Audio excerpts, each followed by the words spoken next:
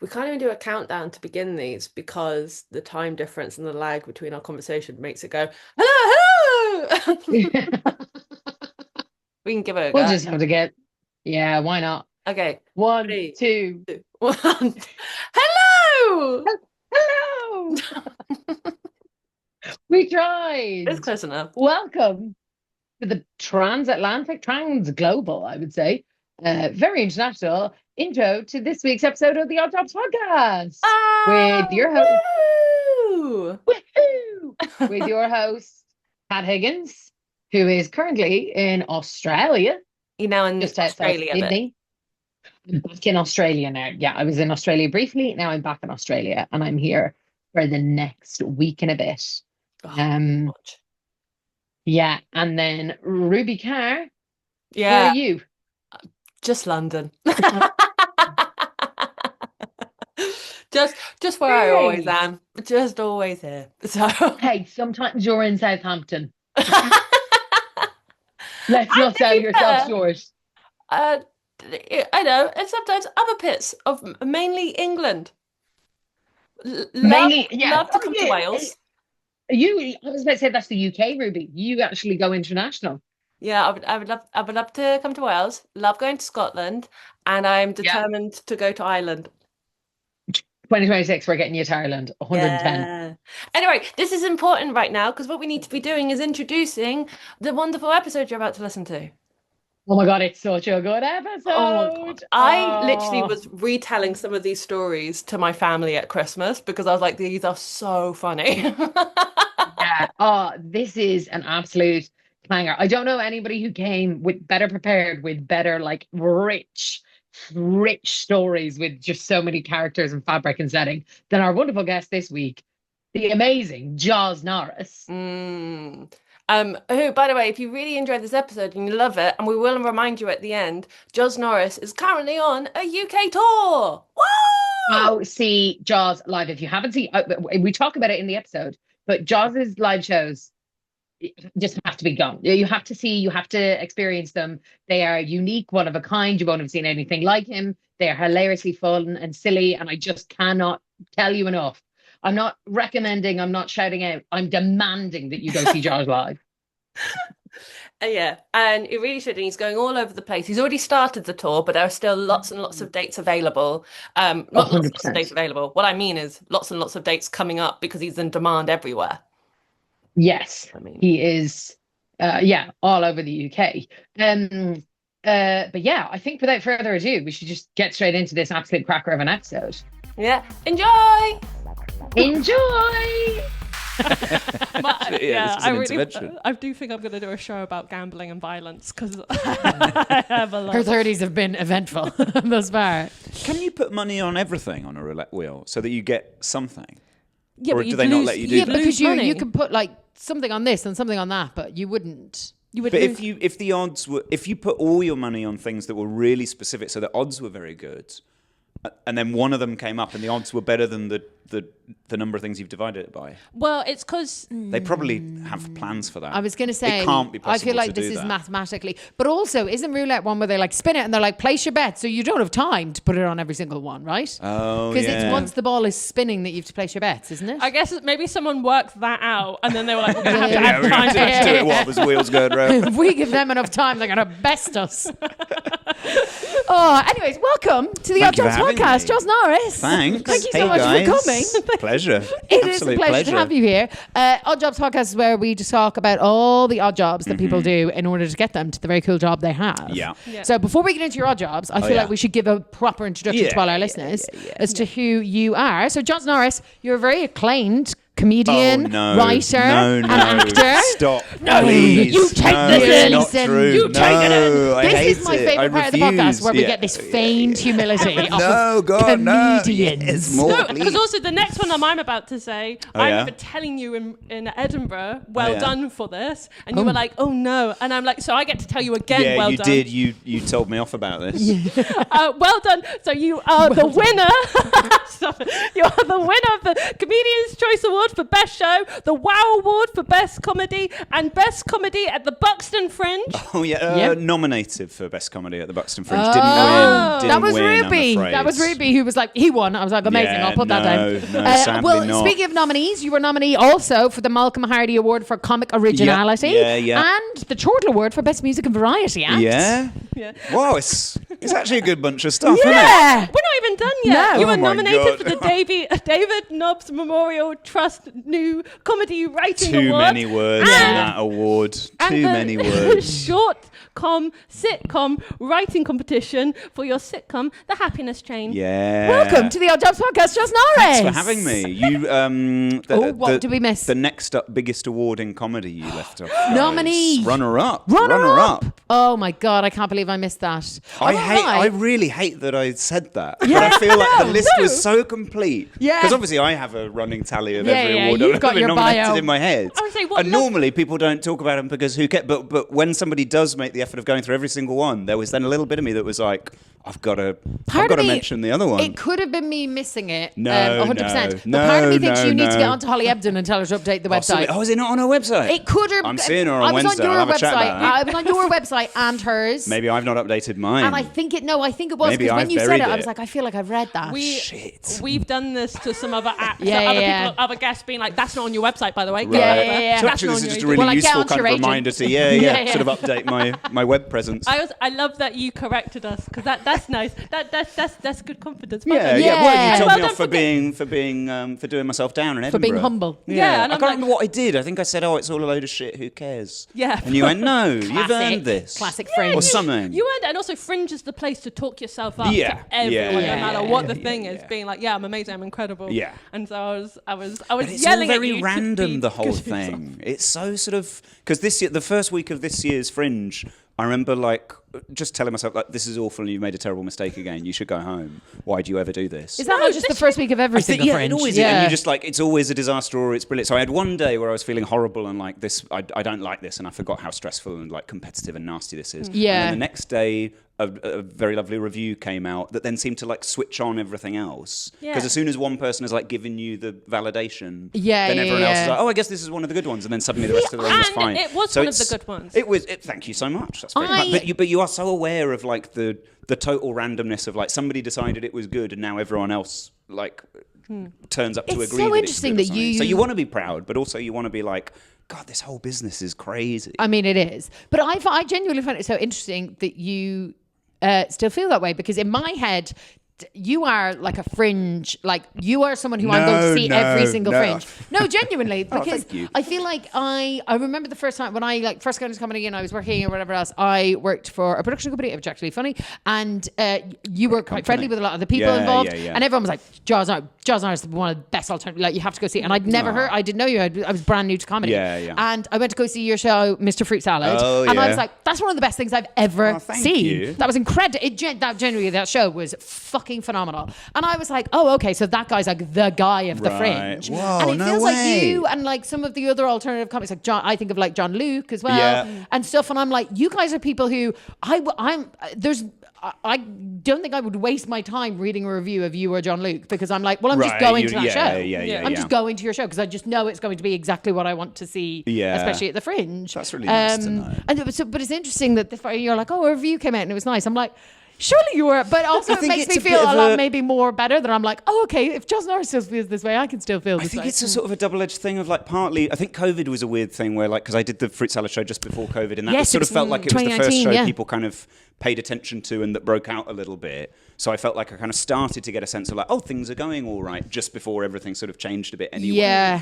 And also I think on some level you just have to have more of an awareness of like everything we do is like stupid bollocks anyway. Yeah. So as soon as you start to get a sense of yourself of like, because I have an audience at the Fringe that likes what I do, that means I should start bigging myself up a bit more. Like, I'm too aware of like how completely fucking stupid everything that we do is. So I never really want to let that bit of myself be like, you know. Yeah.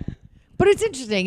Anyways, we're not here to talk about your Yeah, success. yeah, I was just thinking, What are you No, supposed we to want to make talk your- about the other too shit. You're Saying about how great. great Shut you up. are as My a God. Oh, comedian. Mr. Fruit Salad, amazing show. Shut up.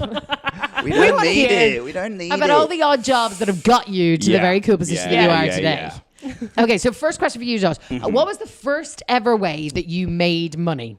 First ever Doesn't way. need to be a job. I'm trying to remember whether my first actual job came before like a sort of a hustle I had at school. Because my first actual job was I worked at the Salisbury Playhouse. I was an usher. Oh, I love the Salisbury Playhouse. Do you? You know Salisbury Playhouse? Well, the weird side note on this is that that's how I met your brother through the Salisbury Playhouse. Really? Yeah. Shit. Doing what? Writing course. He was running it. Are you from Salisbury? No, I'm Southampton. Right. But when we Is were Salisbury Great. near Southampton? Odeon. yeah, it's Okay, great. No, is it an Odeon or is it a View? There's a huge cinema in Southampton. I saw Lord but of the Rings there. It's gone now. No. I know, now it's just big car park. But there's a different cinema. The Anyway, Balrog coming out at Southampton Odeon is one of my happiest memories of my life. I loved that guy. I love that you've such a distinct memory of where you were when you watched it. Yeah, as well. just the Balrog. Can't remember anything else Okay. about that cinema or Fair. about Southampton, but I remember seeing the Balrog come out and going, fucking hell, this is living. yeah, no, but I remember doing that course. Yeah. And during that course, I was doing script writing and being like, I want to be a playwright. And then he said, oh, you're funny. You should meet my brother. He's a No comedian. And I way. went, I'm not doing comedy. I'm a serious playwright. And we could have been How friends. the years mighty ago. have When was this? Was this fallen. ages and ages ago? It would have been, God, it would have been like 11 years ago now. Wow. Yeah. Do you ever still try to write serious stuff? Occasionally. For his consideration? I can send it to him if you want. I can get it in front of him. I know the guy. I've got an in. We didn't even He know won't our listen guy. to anything I suggest. We know but- the guy. Yeah. No, wait, why were we talking about? Oh, because you're working at Oh, yes, so Salisbury Salisbury Playhouse. Playhouse. So I was an Salisbury usher at Place. Salisbury Lovely Playhouse. theatre. And so wait, Lovely Salisbury theatre. is in South England It's in somewhere? Like Wiltshire. Yeah. sort of- Grand. Yeah. Vague. The south in the middle. It's Right. between Southampton and Portsmouth, right? Is Pompey it? No, it's, Scone? like No, it's the other way. because Portsmouth's on the coast as well. Yeah. So it's inland. Salisbury's like up. Yeah, it's England. In- It's No, the south of England. Sorry, I said inland. Right, yeah, it's England. Yeah. I'm not that thick. I'm actually French. Oh, the fucking Irish girl has the clue. Southampton, Portsmouth. Yes, Yeah, that's England, in England. yeah. I'm so sorry. No, inland. Inland, yeah. Yes, Yeah. 'cause they're on the yeah. coast, yeah, as you said. Yeah. Little Bless. triangle. Yeah, it might be in between them.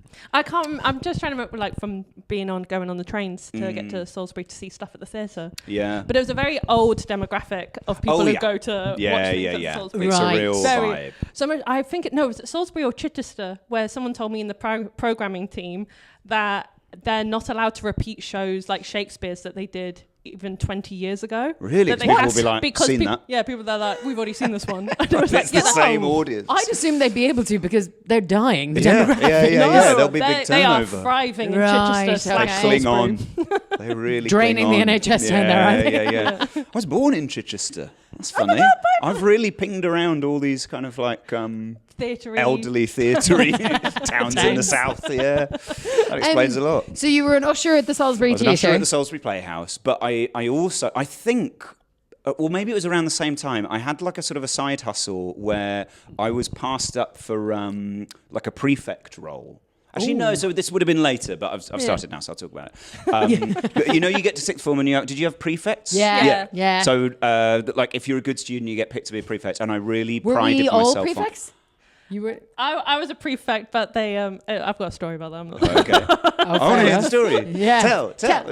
At my head girl interview, because I went for head girl, and at my head girl interview, I yelled at my head teacher, "I will not be your puppet," and he stormed out. And then I got And you didn't get it. and I got senior Strange. prefect instead. Right. That's pretty good. Strange. That's really good. I was just prefect. Right. Yeah. I got passed up for all of it, and I really identified as like a good boy, I like a would've good put you- student. That was I- like a strong I part of my 100% would've identity. put- Was like, 'cause- I want to be a good boy. You give good boy energy. Yeah, it's Yeah. my main like facet of my personality. I think is I'm desperate to be a good boy all the time. Did you go to a mixed school? No, boys got the Oh. sixth form was mixed actually. Because I went to a mixed school, and let me tell you, like girls, there was always like you only had 12 prefects who were girls and 12 who were boys. They split it Right. because gender is, obviously Yeah. real binary.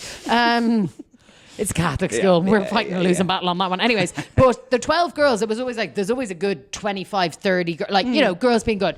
It was real easy to pick who the boy prefects were going to be. Right. Do you know what I mean? Like, there's not the standard of there good. aren't very many who of actually good, want to solid put the effort in. students. Yeah. It's just not as high in the boy demographic. So I'm surprised. I think they just really. I think it was quite a sort of sport-focused school. Okay. I think so a lot. The head boy was a sort of a rugby type boy. Yeah. And the others that I can remember, I think there was a lot of like, if you were into your sport, sports, then you would get one of these. And I think I was a bit too sort of stupid, maybe, like too silly. I would like. Oh, okay. I'd Playful. Stick an orange on the wall or something, and then point at it and make everyone laugh at it. Like stick it on with a pin on a pin board.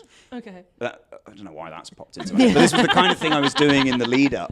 Yeah. And then was devastated that had kind of like undermined all my good work of trying to be like a good academic boy. student. Yeah. So I thought I will get a prefect role by proving to them how much I do for the school. Oh, wow. So I sold. I got my mum to knit pencil toppers.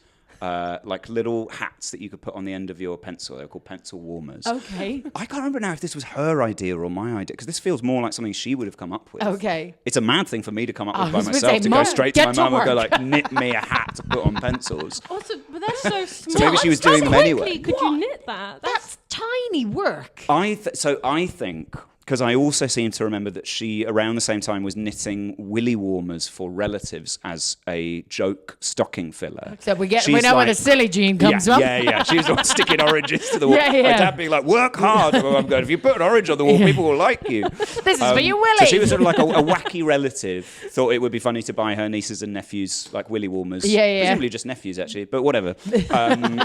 So I think maybe the idea came from her, and she went, you could sell these at school as pencil toppers. You won't get in trouble if you say they're pencil toppers. Okay. And they had an M on them because I was in narrow M penises. House. Yeah, I don't really know. I'm trying to remember what the design of these things Very was. slim design Huge. for a penis. So you were actually putting wool condoms on pencils. Yeah, I was selling knitted And condoms. like, I should be a school. prefect. I should be a I prefect. remember how much of the backstory of this I knew at the time, and whether I was like, I can't talk about this, or whether Mum just came to me with the proposal and like hid certain parts of it. But basically, she'd created this design. She had like a knitting pattern Yeah. for knitted condoms that she was giving to her nephews, and thought we could double up and sell them as pencil toppers. Yeah, she was Dragon's Denning this. Yeah. So they were. I was in M House, which we had M different House? houses, and each house. Oh, did you go to like a posh school? Went to quite a posh school. It was a grammar Okay. school. It was the boys' grammar school in Salisbury. Okay. So each house was named after a famous bishop from Salisbury.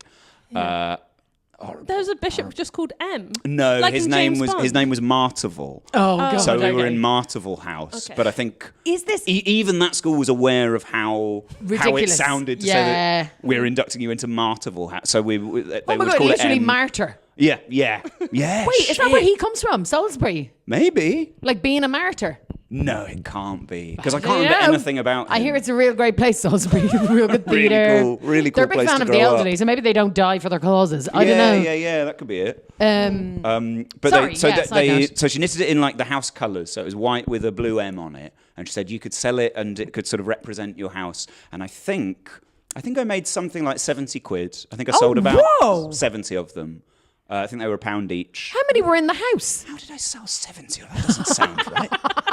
That's like a lot. So we're talking about like teenage boys I was going to who say. presumably have no interest in either a pencil topper or a willy warmer. The self-discovery that you've had while telling Yeah. the story. I've not really thought about it in a long This time. has come up on previous podcasts where I feel like we should do like some supportive aftercare because people seem to have like Oh God, what was I doing? real realizations about their life on the pod. And I went to the heads of the house system afterwards because there was a teacher who I think ran the house cup event during the year. Yeah. There was a house This is cup. It so was like a Harry sort of Potter. I know. Did you I get know. points? I think Did you not have housing systems? No. 'Cause even my school had a house system. Really? Yeah. I went to a kind of posh school, but Yeah. like no.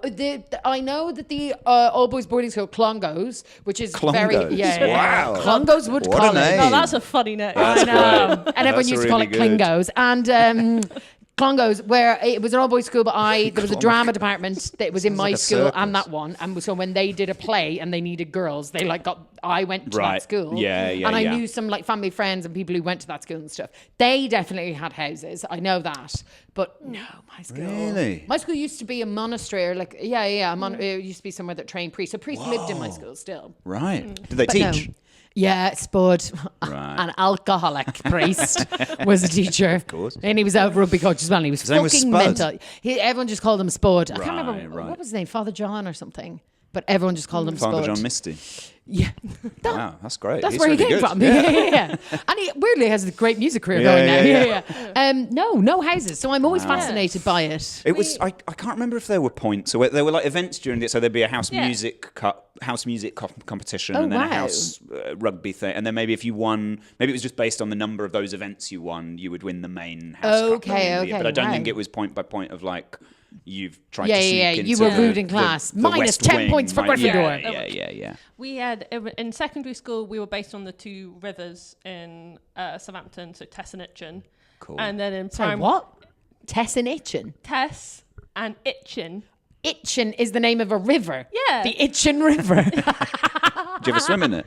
No. People make fun of Irish names all the time, but Itchen River is hilarious. Wow. Okay. Fine. And then Don't go in there. in primary school, we were based on boats. So there was the Mayflower. Mayflower, it's a port. Aurora, Titanic, and the Canberra. So one of the teams were but Titanic fucking won all the time. Really? Because they famously lose. Really annoying. But maybe that's why. Maybe they were like, this name has too much tragedy associated with it, so we kind of have to rig the We're gonna system turn to it make sure around. that, because otherwise anyone that goes into Titanic House is just going to be set up for sort of like nominative a determinism. sad personality. Yeah. I was in Canberra, and that was a warship. Nice. Whoa. Wow. Hence the violence. Are these the same schools or two different schools? Two different schools. Right. That makes more So sense. did it work out? The selling. I was made into a prefect because I'd made so much money for the house charity competition. Oh, it 'Cause I think went there was a to house charity. system. You didn't get to pocket it. Well, no, this is the thing. I made sure that I got my prefect tie, and they were like, "You've done so well. We should have given you a prefect role in the first place. We'll make you the deputy head of M House." Wait, what? I ended up. Not within the student. That was like a student role. Okay. It wasn't like I was taking a teacher. No. There was a student that was already the head of M House. We're going to employ you now on the faculty. That'd be a Do you wanna run the devastating school? day. One hell of a promotion. You made 70 quid, so you might as well just teach it. That poor teacher who got demoted. Yeah. This kid's been selling We're getting the condoms Willy and Warmer he's kid really in. good. So sorry, you're out. So no, I ended up as like deputy head of the house, but then I pocketed all the cash. I kept the money. I think just because I forgot. I kept meaning like I need to give this to. So I had it in a treasure chest at home because I had a little wooden treasure chest, and I was always wondering what do I do with this thing. It was like you'd use it and pretend to be a pirate. Yeah. I say you. I mean me. I'd play with it and pretend to be a pirate. And then I thought this is a great place to store my charity earnings from the condom I saw. Put them all in that, and then forgot all about it. Yeah. And I knew that the charity teacher guy, the guy who was running the house charity competition, he was like, remember to bring that money to me at some point. But he was stressed because it was like an extra role he was having to serve, as well as being like a head of form, and I think he was a PE teacher. Yeah. So it went out of his head, went out of mine. And then I remember going to uni and then trying to pack up my stuff and then finding my treasure chest with 70 quid in it. What did you do with the 70 quid? I think I just paid it into my bank, and then I would have just sort of spent it on crisps and BLTs when I was at uni in the sort of first couple of months. It would have just gone. Crisps and BLTs. So I think nice. Technically that was the first like money that I think I did do the job at the theatre at the same time, but it was the first time I kind of like went out there on my own. To be like, I'm going to be an entrepreneur. You were economic. Sort of Alan Sugaring entrepreneurial. Yeah. Amazing. That's the story I'd tell if I was on The Apprentice. If he was like, tell me about a story when you've gone out there. Well, I was going to say, I feel like your mum was almost like pitching for a Dragon's Den situation. Yeah, She found a hobby and been like, that. Yeah. there's some money in this. No, it looked like she employed you. Yeah, I think so actually. But she didn't get any of it. She got Which the I feel glory really of knowing bad there was about. kids walking around with Willy Warmers on their pencils. Oh, I also made a fun book, a bumper fun book. Do you remember bumper fun books? No, what's a bumper fun What? book? You must remember bumper fun. Well, you remember fun books.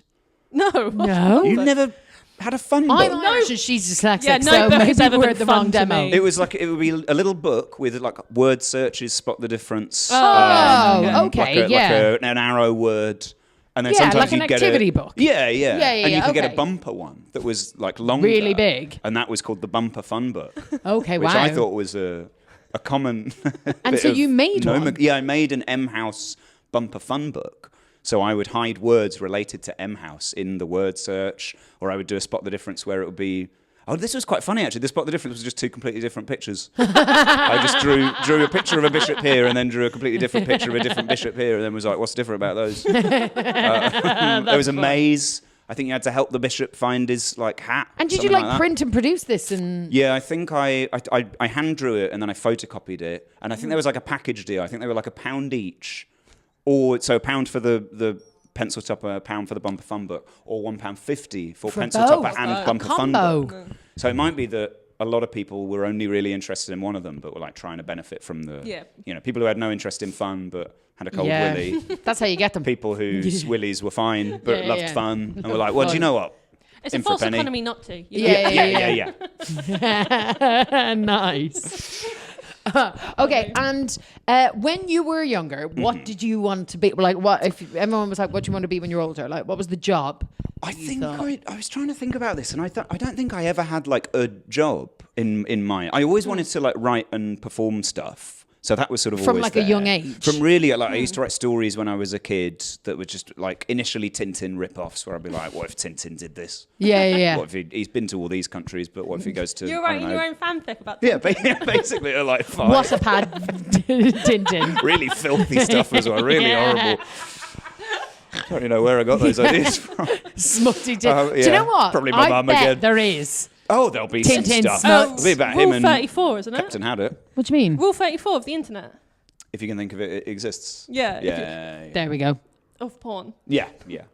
Wait, what? If you can think of a category, then there's a If porn. you're like, I wonder yes. if there's porn of that, then there is. Sorry, okay, I yes. bet that there's got to be something where there isn't. But I feel like the more you go down that, it will just also- quickly become really Let's depressing. just look. Let me Google. What is there not porn of? But once you find the thing that's not got it, someone will then create something for that market. Yeah.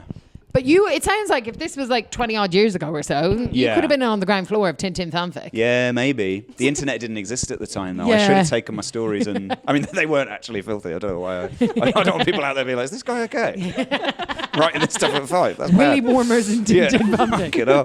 But no, I would write stories at sort of 5 and then sort of got into performing in my teens because there was like a youth theatre. So I think I always wanted to do that kind of thing. But never was able to like pin it down to one job because I remember like just planning out in absurd detail like what I was going to, like I had this thing that I was going to win an Oscar at 32. I had that in mind. Wow. And I was going to win actor. Yeah, actor, but also that I was going to win the Oscar for a film adaptation of a book I was going to write when I was 24. And I pinned all of it to like ages. Oh my God. It was so like This is so megalomaniacally thorough. like worked out. And I think I had like at 25 you're going to be in a West End play staging of Journey's End, that play about the trenches. Yeah. We studied that, so I was like, I'll be in that at some point, as though I would have any control over any of this stuff.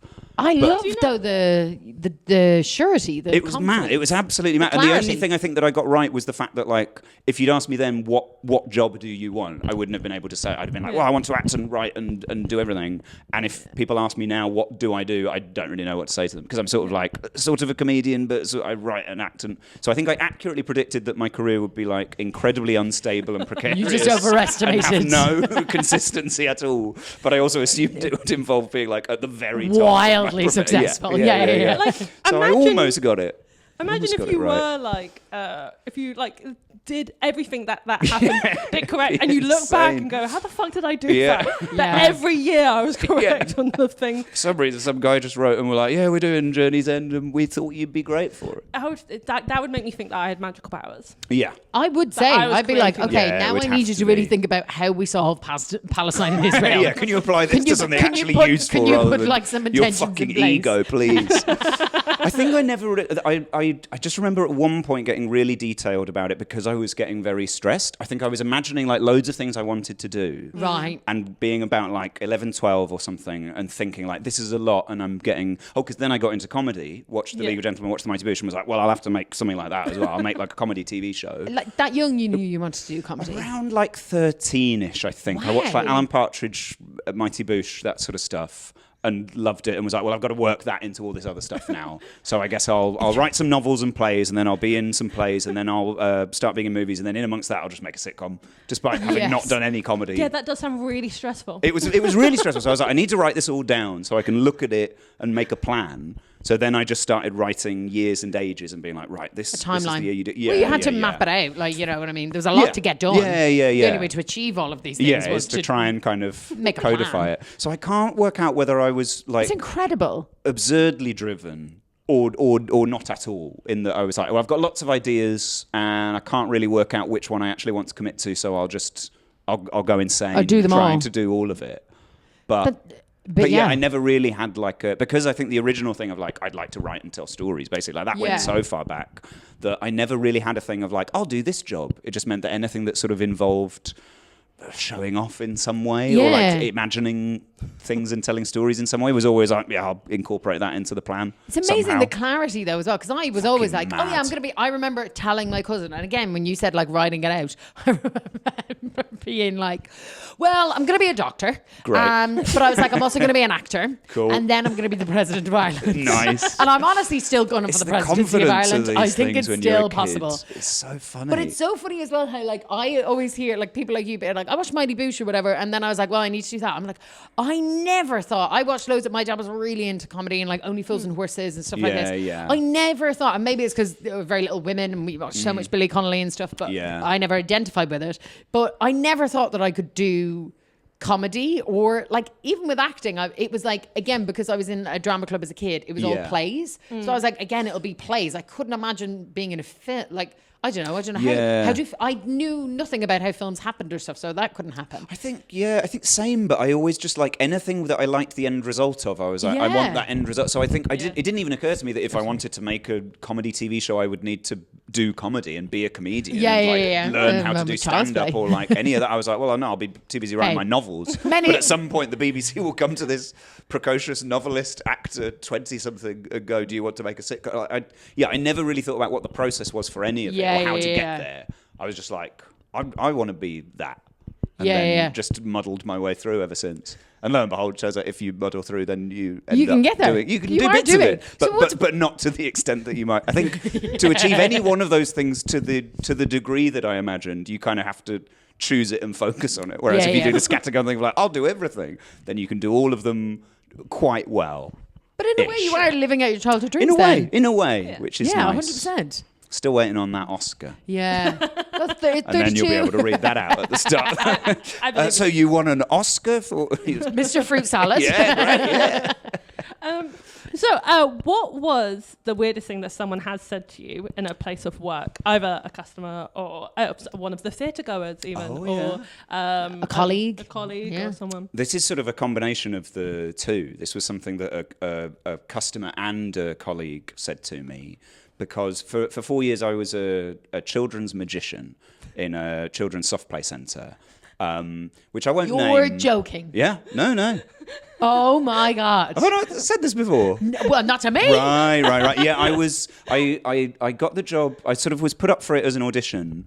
And I thought that as in through an agent audition? My agent. My agent was like, we got you this audition for this kids thing. And I thought it was maybe like a kids show. Like either a kids theatre show or a kids TV show or something. Turned out that it was a franchise where they had cafes, and then out the back of the cafe they had a theatre playroom where you would go in and an actor in a silly hat would get out a little cuddly bear and make it sing and like blow balloons in the kid's face sort of or like a whatever. party princess type thing. That sort of thing. Yeah. So sort of a magical. We did like magical kids' birthday parties. Yeah. And for a while, I think initially, my agent was still taking commission on it because she still thought it was an acting job. Yeah. And eventually I had to report back to her and be like, I think I just work in a cafe. Yeah. And she was like, oh, okay, I should stop taking the money from your cafe. Well, to go to because I feel like those party princess things are a very common thing for like female actors to do as a side hustle. But mad that they went to the agent and were like, they really kind of to pitched it as role. like we have an acting role for you. And always trying to kind of present it as though like you were an actor. And I think there were different degrees of people working for the company of like to when they realised what they were actually doing. But there was I was there for a while and I did love lots of it, but there's something about needing to be in that mode constantly, where like all day, every day in a cafe full of screaming kids, you always need to be the one that is like magical in some way. Because if you like the people that actually worked in the cafe were able to just like wander around being a normal person, which means they didn't have to be like on all the time. Yeah. And in lots of ways, like, I had the perkier job because I got to mess around with the kids and do magic, but also it meant you were constantly like pretending, which is sort of exhausting. It's going to the toilet to have a moment to yourself. Yeah, And then yeah, this is horrid. So I was there too long, basically. I was there like 4 years, and probably the first 2 years Can of that I ask, were did you get fine. any magic training? Yeah, I learned magic. Wow. If you were there for 4 years, how good at magic did you get? Not very good, because toddlers are like thick. They're really thick. Like you learn magic that will impress 5-year-olds. Yeah. So I can, and also all magic you need like a thing for. Oh no, I can make a coin disappear. But Like nearly, behind an ear? just You into thin make air. £70 disappear, right? Yeah. What you do is you embezzle it, and then you. So most of the magic that you learn just requires like specific props. So there's a lot of stuff that I can do that looks impressive to a 5-year-old, but I don't have any of the kit anymore because I left it behind when I left. But it came a point, I think, where I was like quite going through the motions with it. And I remember there was a mum who always came on Wednesdays, because I would do magical story times on Wednesdays. That was like my day. And it was like a half-hour session that you did. And I always found it hard to like come up with new things to do. So I would just sort of do the same thing every week. And it got to the point where this mum at the back, like whenever I got the bear out, I'd be like, well, let's go and say hello to Barnaby the bear now. And got this bear out. And one week I saw her at the back, like cover her eyes with her hand and sigh. And like sort of lean into herself like that. And I felt so aware of like, my audience hates this. My audience is like sick of what I'm doing. And then after that show, she came out, and I was behind the counter in the cafe, and my boss, who was like the owner of the place, was sort of doing coffees over there. And she came over and tried to have a word, and I went, oh yes, hello. And she said, I'm talking to the organ grinder, not the monkey, and then pointed at him. So I was like, okay, and walked off. And then she went and had to like a chat, and then he came back and went, so we've had some sort of reports from some of the mums that you look quite depressed during magical story time at the moment. They say that you can see it in your eyes, and it means that story time isn't very fun for the kids anymore. I was like, oh, okay, I can try to be a bit less depressed in my eyes. And he was like, that would be great. That would be really good. Because remember, it's a magical place. Oh my God. And then walked off. And it was such a weird, like, kind of unactionable note, really, of like, have you tried not being miserable? Yeah. Have you tried joy? Yeah. I'm thinking about it all the time. I'm trying. Oh my God. Also the fact that he was like, the kids have said this. No, bitch of a mum has said this. Yeah, it really became well, no, apparently I think he phrased it as though there was stuff going around in a WhatsApp thread. So like a mum's WhatsApp thread of like regulars at this place going, has anyone noticed what's happened to the magician? Does anyone else think the magician is a bit depressed at the moment? And it's ruining it for me. Yeah. Well, I hope he's okay. But I go there to have fun and relax. I don't want to think about this sad man. Having been a nanny for a number of years and going to story times at libraries and stuff. Me and the mums would be like, oh, it's the Janet, it's her today. And you'd be like, great, other people are like, right, kids. And you're like, fuck me. So when you were like, it gets around in a WhatsApp group, I'm like, I definitely used to bitch about some of the stuff. But I think with that, I'd be like, God, I feel so sorry for this man. He clearly isn't hating his life right now. Needs to move on. And I was like, he's been here a while. It was just too long. I left there, I don't think like soon after that. I think I stayed for another like year after that point. And then eventually a magic trick went wrong and I got shot in the eye with a metal rod, like a spring-loaded metal rod in front of like a room full of kids.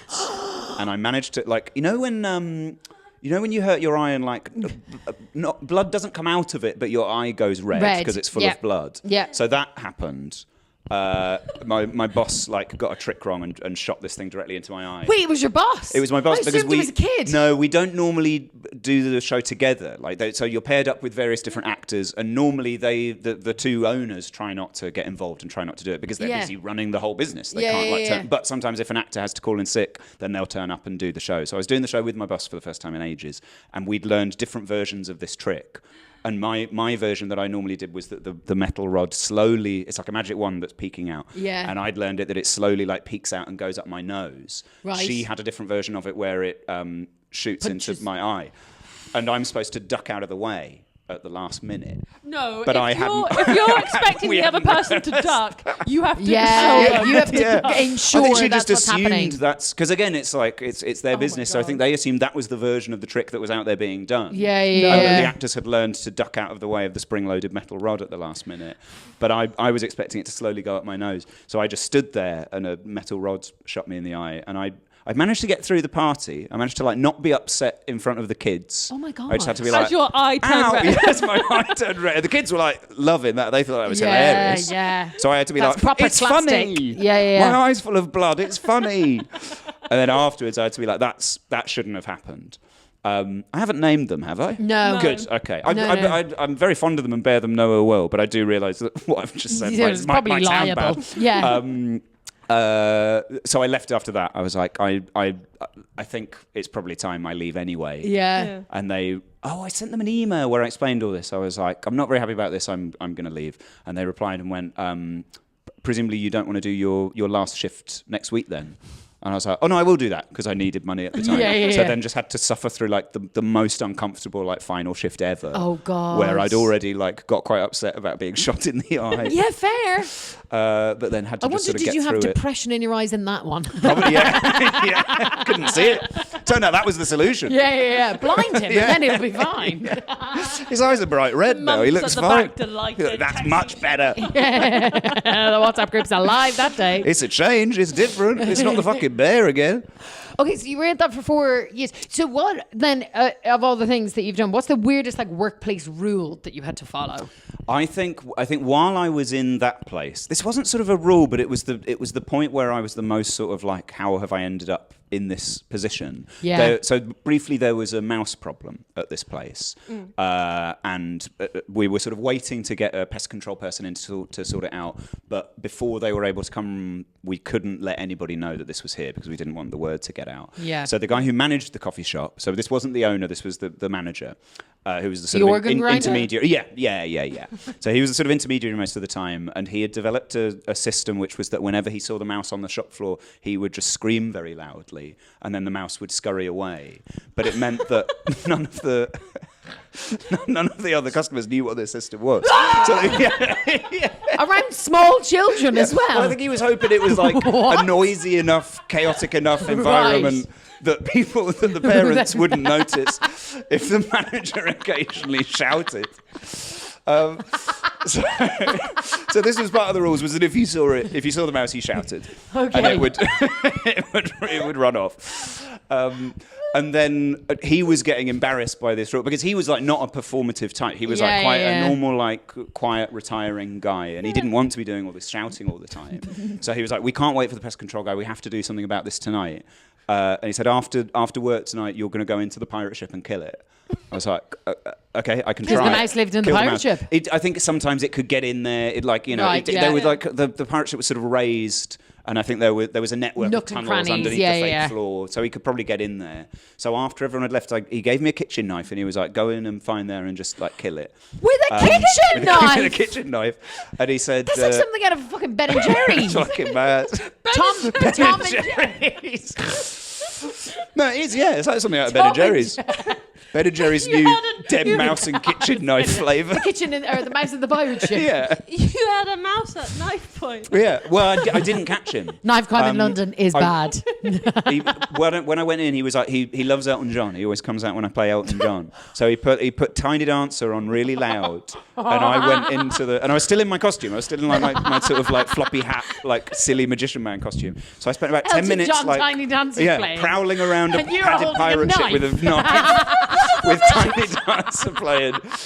And in my head, I was like, I'm not going to kill it. If I find it, I'm going to bargain with it. But the plan was to like bargain with it. Like I was going to scare it with the knife so that it left. And then I think I just like had a little outer body moment where I was like watching myself do this. Yeah. Kind of...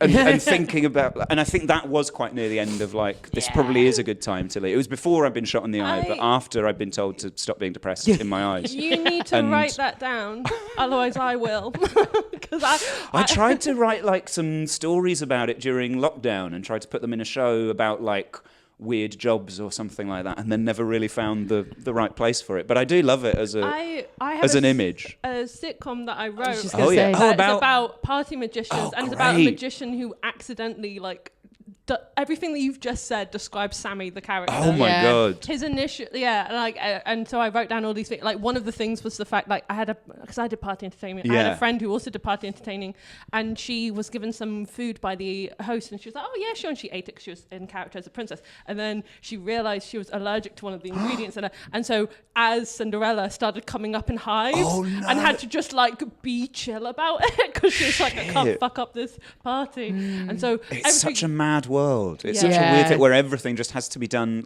you need to be super professional and kind of on it because you're being responsible for people's kids. And it's a big deal. But you also have to be very silly and fun the whole time, so the kids enjoy you. But it's you such can't have any weird, real reactions. Yeah, to, it's a very everything. schizophrenic job in a weird way because you're constantly playing these two roles of I'm the fun one, but also I've got to make sure none of these kids die. Yeah. It was such a weird time. What did you have to do for yours? Similar sort of I was a magic-y party princess fairy. stuff. Great, so nice. I just played games with them. That's really good. With Parachute wings. game? We had a little. We also did wishes, so I had all these stones, and they'd come and make a wish with me and a tent, and then they go off, and I'd be like, "Cool." That was very wholesome, very nice. How long were you in the trenches of it? 2 years. Yeah. That's a sensible amount of time to do it. I think. Yeah, that's 2 years is about right. Yeah. Amazing. On your CV then, of all the different jobs you've done, what one would be the real anomaly, stand out? I think the weirdest one is that my title for a while was Operations Coordinator of the European Communication School, London.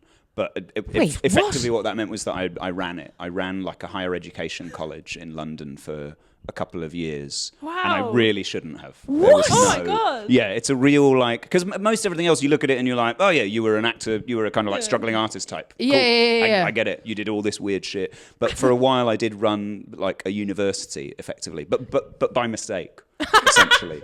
I wasn't supposed to be. Please elaborate. Okay, so I was a temp at the London College of Communication, which is one of the branches of UAL, University of the Arts London. Oh, yeah. It's the one that specialises in print and media. So at the time, I think now they've reinvented themselves and they're a bit more of a modern digital media college. Okay. But at the time, their specialism had always been that we teach you how to make newspapers. So they were kind of struggling with what's our identity, because this is all kind of going. So I was working as a temp for them, and then they ran out of things for me to do, and they said, oh, there's this other school that's renting space from us on the 8th floor. You can go up there and see if they need any work for you. And they'd opened a London branch of a network of schools called the European Communication School, which was across France, taught students about creative advertising, PR, digital media stuff. I assumed it was a language school. No. So it taught it was helping people to kind of get jobs in the what's even the word for it? Comms industry. Comms, yeah. And they'd opened a London branch, which was basically this one woman who was running it by herself, and she needed a helper. So I was going to be that guy. But gradually, I think she was very drawn to the sort of the public facing front things of it. So when we were doing media days and journalists were coming in to cover them, she would be there and looking after it. But she hated admin. She was like, I can't be doing with any of the admin. So could you just sort that? And I was like, what kind of thing? Scheduling the classes. And... She was like, yeah, just put together a curriculum and monitor the students' grades and give them their degree at the end of it would be great. And I'll sort of be there as a figurehead. And this sort of happened quite slowly and gradually. But by the end, I was like, oh, I think I run this school. Did you get paid appropriately for it? Well, she said, name your wage. She said, name your salary. At the beginning? Yeah, right at the start. She was, because initially she was just paying me as a temp through the temp agency. And then eventually she was like, I want you to work for the school. I want you to because you're very useful. And you're better at all this admin stuff than I am. So what would you like your salary to be? And in hindsight, I wish I'd said a salary rather than, because I think I said per hour or something. I think I said £20 an hour. Yeah. Oh, which is so much more. I know, but at the time, I think I was 21. I was straight out of uni. I'd just moved to London and I was trying to find some work. Yeah. So I was Wait, £20 so you were an hour. 21 running I was 21 running a university. What? It was absolutely nuts. And with our teachers were mostly just people that we found, like people who did PR for various other agencies or people and they would come in and just do, none of them had really done it before because we were we were just reaching out to random business people being like, could you teach people about like I can't even remember the names of any of the courses now. PR, advertising, creative marketing. advertising was one of them.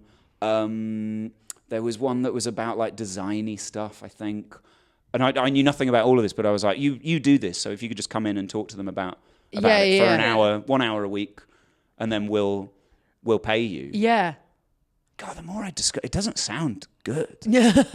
How much were people paying for their degrees? 21. I don't know. So I didn't deal with any of the applications I had no like dealing with the students other than like in person. So when they came in, I would be like, "Hello, here's your classroom. Here are your files or whatever." So the actual process of like what the students would get, the applications and registrations. I don't know how that was handled. I think it was a legitimate organisation and like a real qualification that they got. But they had just got this one woman to do it, and she just pawned it all off on you. Yeah, basically. And I was sort of doing my best to keep up.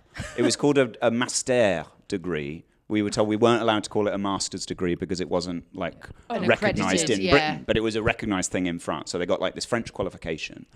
So you had to do it with a French accent. Yeah, all the time. So when they walked in, you had to say bonjour. Yeah. Wow. Yeah, I haven't really thought. This is And another how one many that I years sort were you of buried. doing this? About 2 years, I think. Wow. And how then- long were the course? Was it a 1 year master's people were doing? I think they were all doing. I think they were doing 1 year, but some of them like stayed up. Maybe some of the courses were like a 2 year thing, and some of them would come back the next year.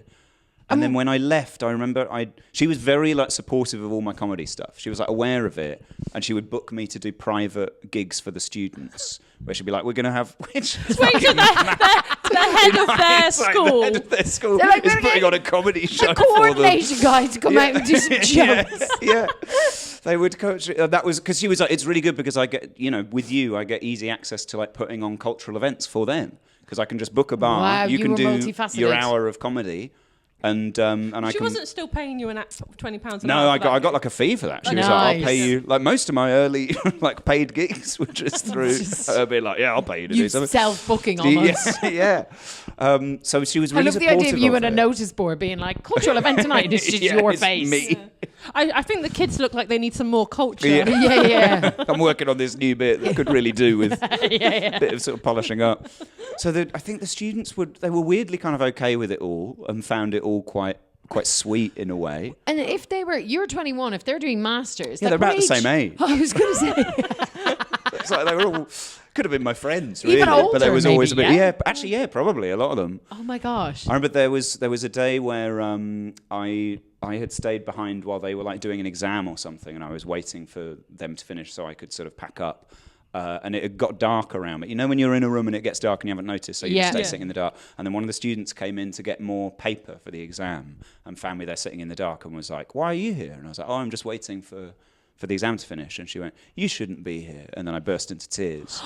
And that was sort of the point where I was like, this doesn't make any sense to me anymore. I don't know what's going on or how I've allowed this to happen. Did she have to just go back to her exam? Be like, I don't know what's going on with him. I'm but not sure if she he sounds looked depressed real. in his eyes. She sounds like a premonition. Yeah.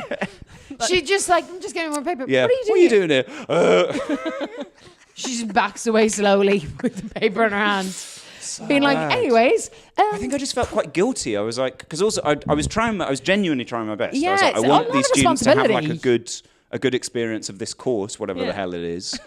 But also so aware of how out of my depth I was and how it wasn't what I wanted to be doing. Yeah. And then when I told her that I was going to leave, she was really upset about it, but she insisted that like the way I left, she wanted me to announce it at their graduation ceremony, but then it turned out it clashed with a gig, so I couldn't. So she made me film a goodbye video, which ended with me disappearing in a puff of smoke. Because once a magician, always a magician. So we felt so they're, and again, like all their parents came over from France to this event. Oh my God. And partway through the event, there was just a video of a guy that they didn't know who they was going, "I'm so proud of everything the students have achieved, but I'm off to pursue my dreams in comedy now. Good luck to you all." But also, if it was their graduation ceremony, why did they care whether you were leaving or not? Yeah, like they were nobody gives a shit. graduating. Yeah. They were They're like, leaving. we're leaving too. Then what you don't know, because you weren't there, you were at a gig. There was actually a series of other videos by every single teacher. They're like, I hate to break it to you, I'm leaving. I'm leaving too. all the pupils, everyone's saying they're going. Such a weird mad. job. That's crazy. Sorry. I was gonna if you have more to say. Please. No, that was pretty much it. Well, the one other thing, I had to go to Paris for a conference with it once, and I remember really resenting the fact that I had to go to any of the work things. Oh, I was yeah. like, we went there, Paris. and then I was like, I think I might just wander around Paris if that's okay, and you guys can do the conference thing. Yeah. She was like, we brought you here. We bought you a suit. She bought me a suit because I didn't have. She said, you have to stop wearing those clothes. I'm going to get you a suit. And first she gave me all her son's clothes. But then they looked weird on me as well. So then she bought me. Also, that just is weird. The whole thing was really, really strange. Oh no, gave me her son's clothes and her husband's old clothes because he didn't fit into them anymore. And she tried to sort of dress me as her child and then as her husband. And then she was like, "I'll get you a suit." For Paris, I'll get you a suit. And then when we were there, she was like, "You have to come to the conference because we've done a lot for you." Yeah. And that was the only time where she like laid the law. The rest of the time, she was so like permissive of everything, like all my extracurricular shit. And then she was like, "It was probably that thing as well that when she went to Paris to the conference, it was when she was having to like make it look like everything in London was legit." Had to come across. Yes, so she was like, "I actually need you. I really need this." I know. I was like, "I'm just like my husband, so you look older than the students." This 21-year-old. They're like, "Did you just bring one of the students and stick him in a suit?" No. So you've hired a 21-year-old comedian to run the school, have you? Okay, cool. Right. Okay, so our final question of the pod is, in hindsight, what job did you learn the most from, has been the most useful to you? Ooh. This could be practical learnings, like skills. Despairing a coin, or it could be like a life lesson. I genuinely think that school did teach me a lot. I think I got a lot of like... It was a school. I think I had to grow up very quick for it. I think there was none of the sort of like, oh, I'm out of uni, I can sort of like have fun for a bit. It was very kind of like, this is what responsibility and adulthood looks like. Yeah. Right, yeah, and it turned out it wasn't for me. I was like, I hate this. This is horrible. I'm going to go and be a magician in a cafe instead. So maybe... But I think it forced me to like actually... engage with the idea of working hard and taking responsibility for stuff. Yeah. Which, admittedly, I went into a career with like not much of that in the end. But I think it was good that I spent a while doing something that really like forced me to do that. Because I also think it's something that you like get better at through comedy as well. Like, I think for a while my approach to doing comedy was very just like, I'm doing this because I want to have fun. That's it. Who gives a shit? And then gradually realizing, like, if you want this to be a career, then you do need to take it seriously, and you need to have like a strategic brain, and you need to have respect for your audience, and you need to have respect for like the process of making stuff. Yeah. So I guess maybe like having an early experience of like, this is what it's like to have to work hard at a serious job that matters and has an impact on things. Yeah. Are things that gradually I learned were also important, even though I then went into something that's much more kind of like chaotic and precarious and silly on the surface, but that actually like you need that stuff underpinning it. Well, also I would say as well, so many, I realized because I recently, when my surgery went back to like full, like office work, like more structured thing. And you realize there's so many people who've only ever worked in a structured environment, like they're so used to having, and actually in comedy, like you're entirely self-employed, even if you have an agent or whatever. It's very like, I need to make, if I want to do something, like it's got to be me. And so you in that role where it was like there was no structure, absolutely, and you were just pulling it together by like create a the thing. Skin of your teeth. And it's actually probably actually very really like, useful practice for that. Of like, if you don't figure this out, then everything kind of collapses. So you need that drive to like find a way to make things happen. So probably that. I do owe it a lot. I often think of it as like, that was mad, and why did I do that, and why were they okay with me doing it? And how did it happen? But also, I think it did give me a lot of stuff that I've sort of held on to in a weird way. Amazing. I love that. Thank you so much, Joz, Thank for you so coming much on. for having me. Thank you so much It's been really for coming lovely. on the podcast. Joz Norris. Thanks, everyone. It's been a wonderful time. Okay, Bye-bye. bye-bye. I hope so much that you enjoyed listening to that episode. I know I did. Oh, it was so fun, honestly. I love listening to it back because what a great episode. As a reminder, we talked about it at the beginning of the episode, but Joz is on tour now around the UK. He's going to loads of different cities, and you have to go see him live. But hey, Ruby, you and I, we're both out and about and doing our own shows as well. Ruby Carr can be seen in London on the 1st of February. doing a work in progress. Yes. And then we are both in February going down to Leicester, the Midlands. Yes. I will be there on Thursday, the 12th. You will be there on, I don't know what day, but it's the 21st. Saturday. Saturday, yeah. I should have gone with my gut. Saturday, the 21st. So tell all your friends in the Midlands, tell all your friends all around the UK. Go see Joz, go see me, go see Ruby. Please like, follow, share, and subscribe. And we'll see you next week for another great episode. Bye. Bye.